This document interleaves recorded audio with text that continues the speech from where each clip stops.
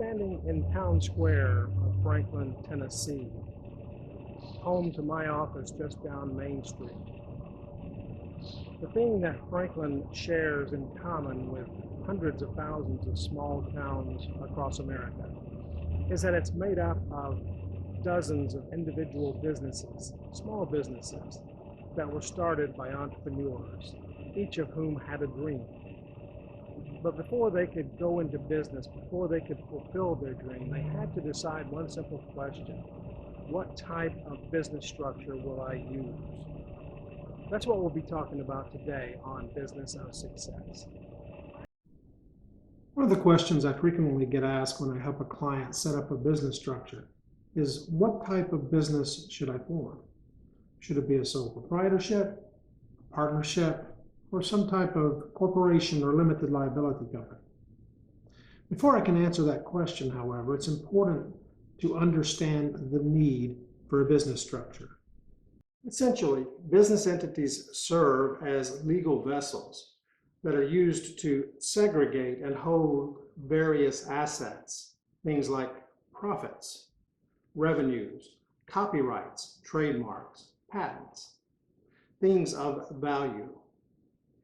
Innovative and strategic use of various legal vessels functions as a type of shell game for the owner of the business, in which they can house and redistribute those things of value and legally shield themselves and their personal assets from liabilities and debt and reduce their tax liability.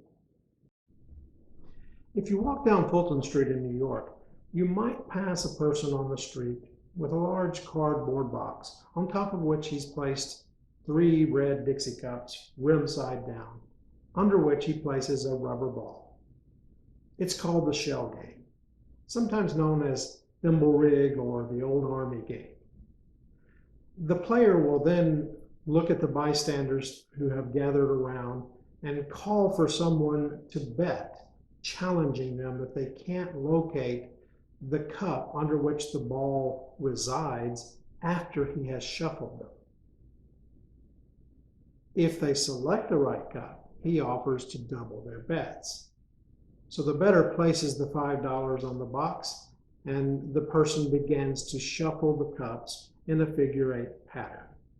After doing so, the bettor makes his choice, and the trickster then dramatically lifts the selected cup slightly on its edge to reveal to the audience around that there's no ball underneath, and the bystander loses their money. The shell game is notorious for its use by confidence tricksters, who will typically rig the game in some way, perhaps using sleight of hand to move or hide the ball from underneath the cup which was selected, and replace it there as required. Proper corporate strategy and structuring of a business entity sometimes resembles the shell game, usually the more honest version. Assets are transferred into these corporate shells to control and avoid liability and taxation. These business entities are actually creations of the law, statutes created for this very purpose. The first examples of government-created entities were the royal grants given by the kings and queens of England to individual citizens for different purposes. For example, on December 31st, 1600, the monarch granted a 15-year monopoly on trade to and from India.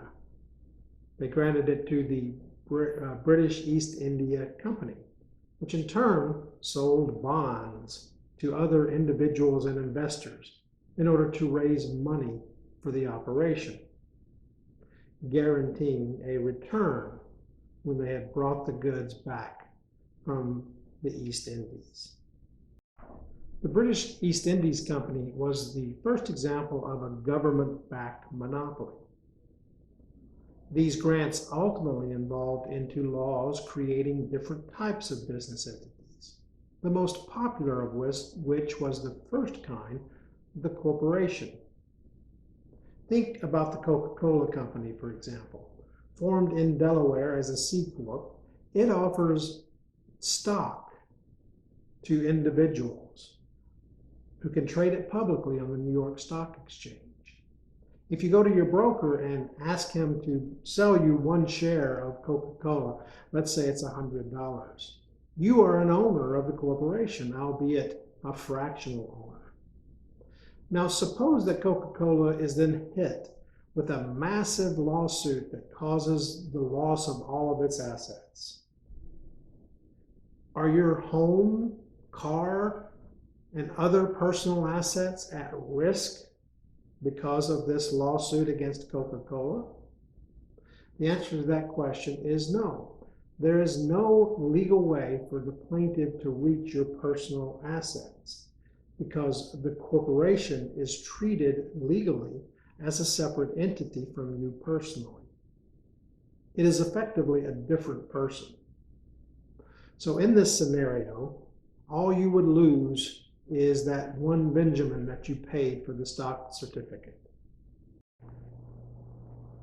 Much of our current jurisprudence regarding corporate law and business structure derives from a Supreme Court case known as the Trustees of Dartmouth versus Woodward.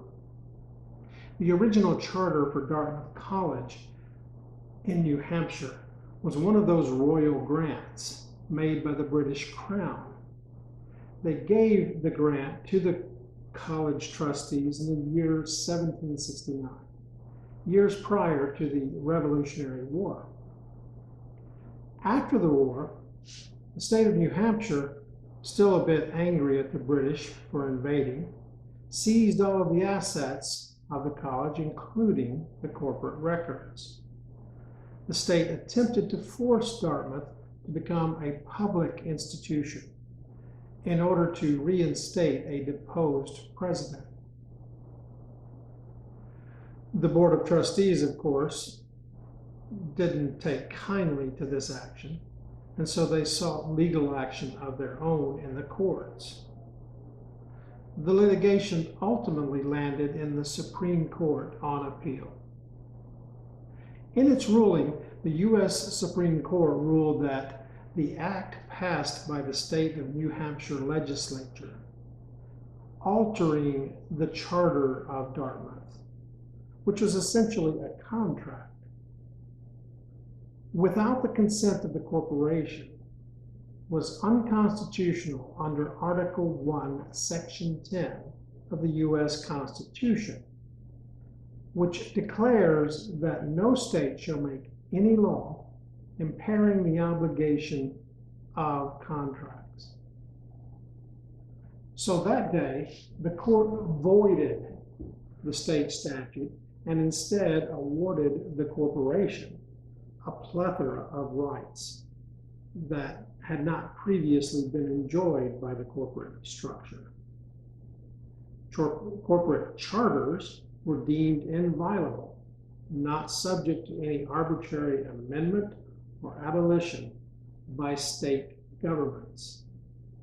Effectively, the Supreme Court gave birth to a new person, an artificial person that day, possessing both individuality and immortality.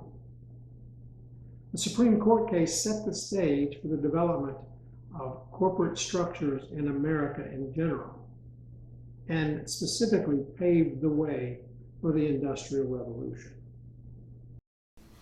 Applying the lesson from Dartmouth that business entities are, in fact, artificial persons, separate and distinct from their business owners, we can start to draw certain implications about some of the more basic forms of business structures. And we can understand how their application may be advantageous for operating a business. There are several forms of structures that a business can take. The first is a sole proprietorship. That's created when a person decides to go into business and operate it on their own. In that case, the assets of the business and the assets of the owner are one and the same. The owner's personal assets are at risk for any liabilities or any debts incurred by the business. That's not a favorable situation for a business owner. The next type of business structure is a partnership. That's similar, except that in this case, more than one person chooses to go into business together. In the case of two partners, for example, both partner A and partner B have assets, and all of their assets are at risk for the liabilities and debts of the business. Here, either partner, partner A or partner B, can create debt or liability for the business, which can go against all of their personal assets. Again, not a favorable situation. That brings us to our third structure, which is the old faithful from Dartmouth, the corporate structure. A corporation is owned by its shareholders, who pay money to obtain a percentage ownership stake in the corporation. We call those shares. The shareholders, in turn, elect a board of directors who manage the operation of the business. They, in turn, hire officers, presidents, vice presidents, secretaries, treasurers, to operate the day-to-day affairs of the business at their instructions.